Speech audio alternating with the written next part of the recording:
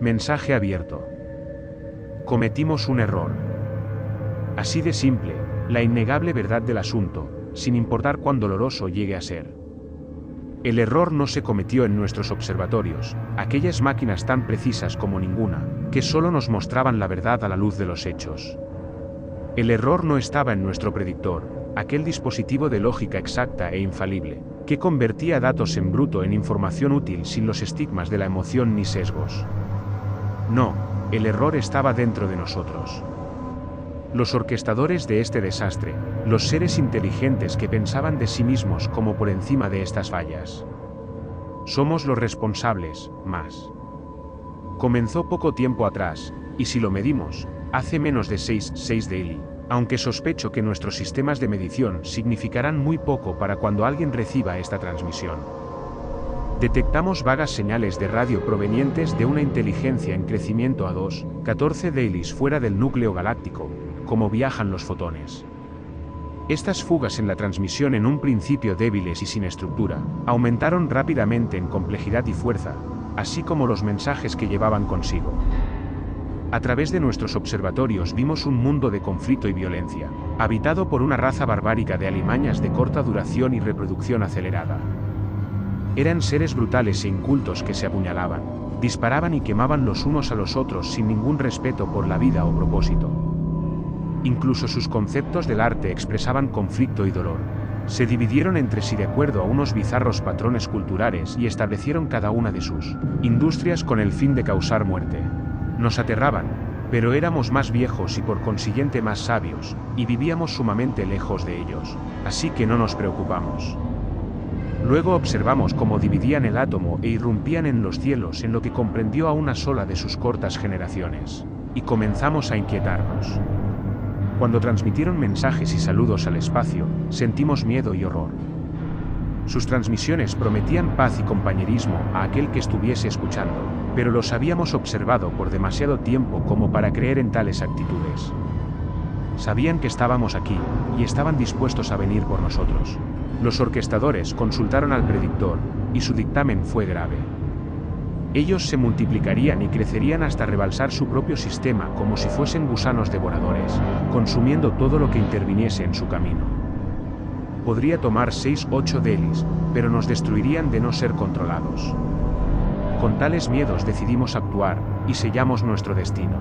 El don de la misericordia era 4 pasos de largo con una cabeza de 2/4 de diámetro, lleno de muchos 4 de peso en maquinaria, combustible y lastre. Podía empujarse a sí mismo a 2/8 de velocidad de la luz con su combustible interno, y luego empezar a consumir 2/2 de elemento primario interestelar para dar sustento a su ilimitada aceleración. Estaría viajando a casi la velocidad de la luz cuando chocase. Nunca lo verían venir. Su lanzamiento sería un día de luto, celebración y reflexión. El horror del acto que habíamos cometido recayó con severidad sobre nuestros hombros. La necesidad de nuestro crimen hizo poco para consolarnos. El don había apenas limpiado el halo exterior de los cometas cuando nos dimos cuenta del error, pero era muy tarde. El don no podía ser detenido, no podía ser redirigido o desviado de su trayectoria. Los arquitectos y sus equipos de trabajo, aterrorizados por el desmesurado poder de lo que habían elaborado, acabaron con su vida en silencio, caminando sin protección por las zonas de radiación, descuidando su propio requerimiento de presión nula o simplemente deteniendo su consumo de nutrientes hasta que sus funciones metabólicas colapsasen. Las pérdidas terribles en vidas había obligado a los orquestadores a reestructurar el diseño y la construcción del don, pero no tuvieron el tiempo necesario para implementar o diseñar nada fuera de lo simple, motores colosales y los sistemas de estabilización. Solo pudimos ver con horror y vergüenza cómo la luz del genocidio se desvaneció por infrarrojo frente al vacío distante. Crecieron, y cambiaron, en un puñado de generaciones abolieron la guerra, abandonaron sus tendencias violentas y se volvieron precursores de la vida y el arte. Los vimos renovarse primero a sí mismos, y luego a su mundo. Sus suaves y frágiles cuerpos dieron paso a resplandecientes metales y plásticos, unificaron a sus poblaciones a través de una red de comunicaciones omnipresente y produjeron arte con un poder y emoción admirables, del tipo que la galaxia no había visto antes.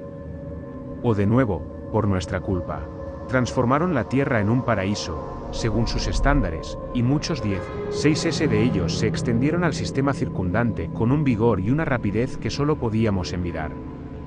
Con cuerpos hechos para sobrevivir cada ambiente desde la superficie iluminada por el día de su propio planeta, hasta la atmósfera de su inmenso gigante de gas y el frío vacío entre medio, se propusieron esculpir de su sistema algo hermoso.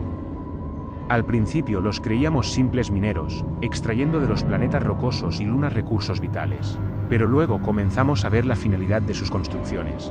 El arte tallada en cada superficie y trazada a lo largo del sistema a manera de brillantes luces y numerosos senderos entremezclándose.